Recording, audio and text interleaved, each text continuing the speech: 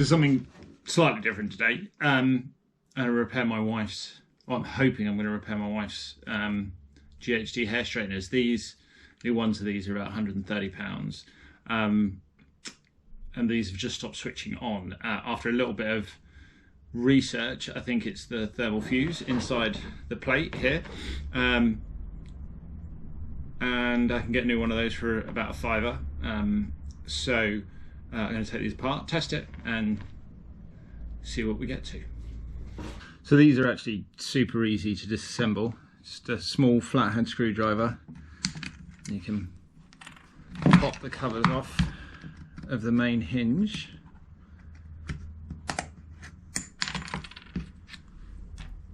And then you've got a Phillips head screwdriver, and this side it's got a cross head, and that side is standard. So I've just put a Phillips screwdriver in there, which in the vise to hold it in place.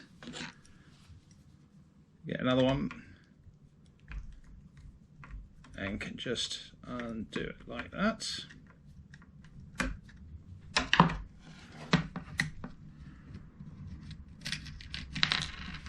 The screw and the washer off,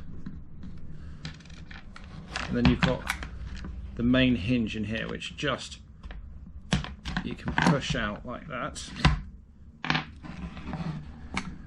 and that allows you to separate them out. We've then got two small screws here, so that's a 0.75 Phillips head.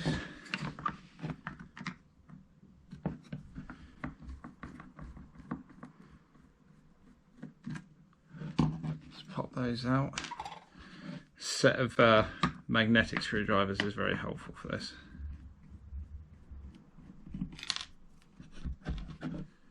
So it's that apart.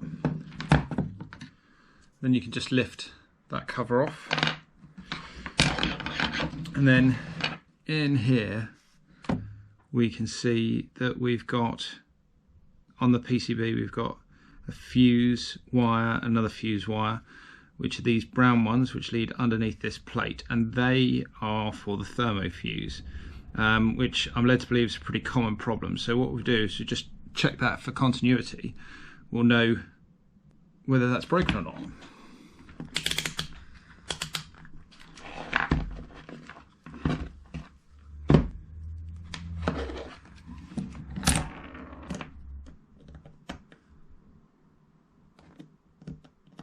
So just put that onto the power supply to check it. Yep, that's working. Yep, so the fuse isn't working. So what we've got to do is take this plate off. So if we undo, we can pop this little rubber piece out, which is holding those wires down. We'll undo these 4 screws, and then we can pop that whole piece out.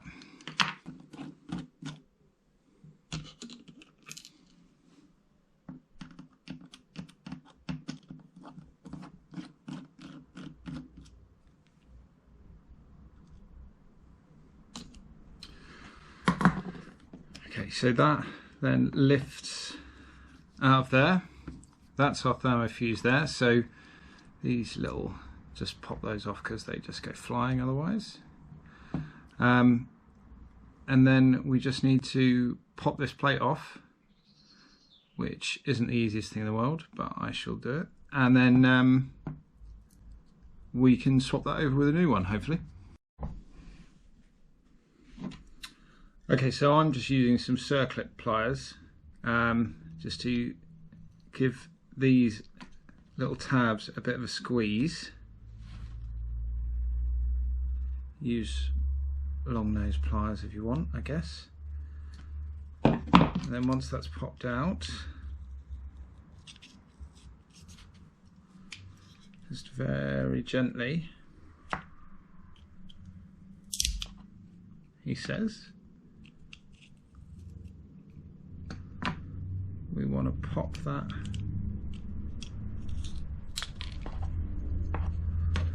open like that. We want to get the brown wires out.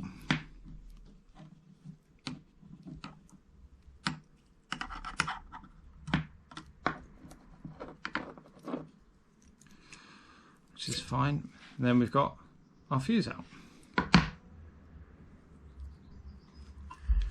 So we've got a new one here. This was, I think, £5.23 plus £2 postage or something. So, you know, not expensive at all.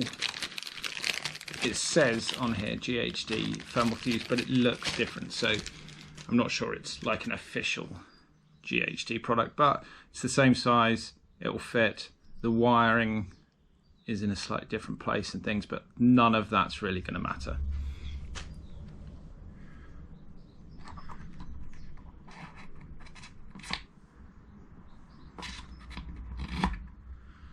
So we can put that in.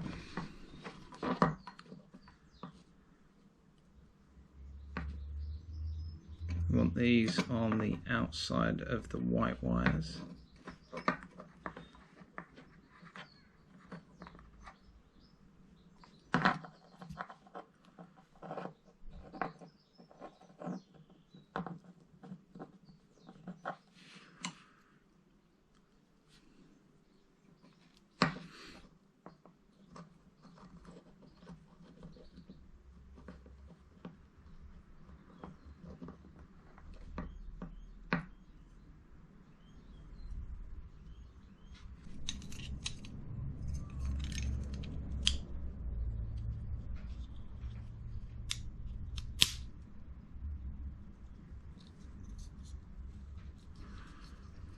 Then we can slide that back in there.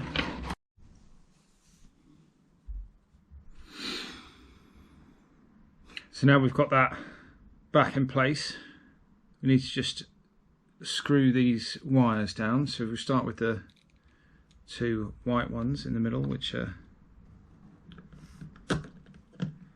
obviously power ones of some sort.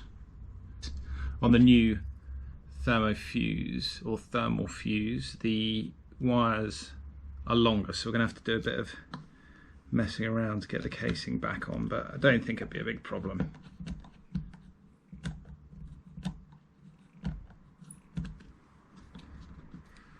And then we'll just check that for continuity again. That should show an improvement.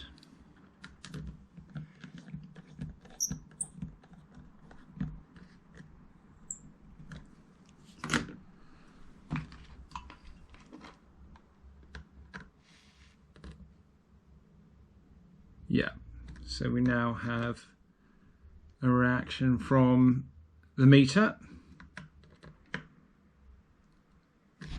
Everything's doing what it should be. Before we put it back together, if we just plug it in. So I didn't show before, when the thermal fuse is gone, these won't switch on at all. So we've got a little LED here which says that they are switching on or not off. So if we then just switch the switch, LED's on, I can already feel that starting to heat up. So yeah, they are working again. So we'll just switch that off and then we can put all of this back together. So this is the little cover that goes on the switch. We need to tuck those wires down, being careful not to get them intertwined with the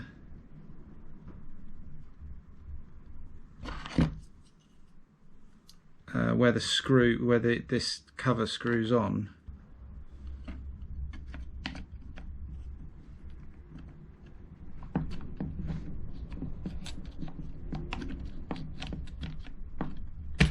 There we go. Click that into place, and then we get our two little screws and our smaller Phillips, which is a 0.75.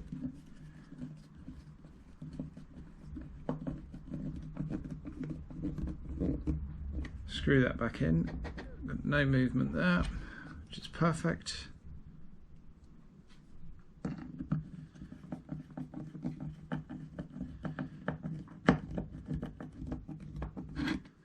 This is probably the trickiest bit of the reassembly, is getting this hinge lined up again,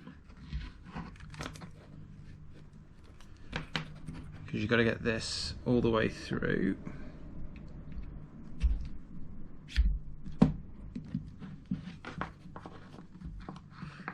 Then once it's properly lined up, that'll then hold it in place, so you know you've got it all the way through and it's properly lined up.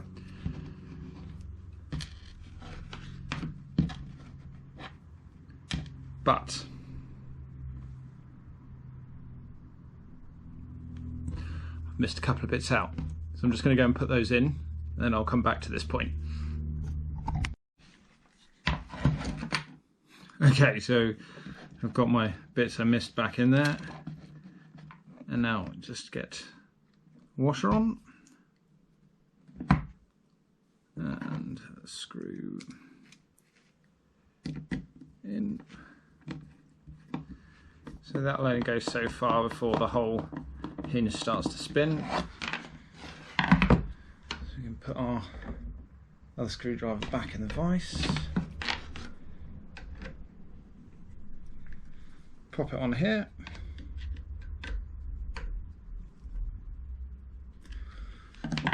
Tight as it will go. And then these are directional, so they are sided when they clip back on. It's fairly obvious which way around they go. And then let's just plug it in again. And as you'll be able to see, switch it on, light comes on. Yeah, and fairly instant heat from those.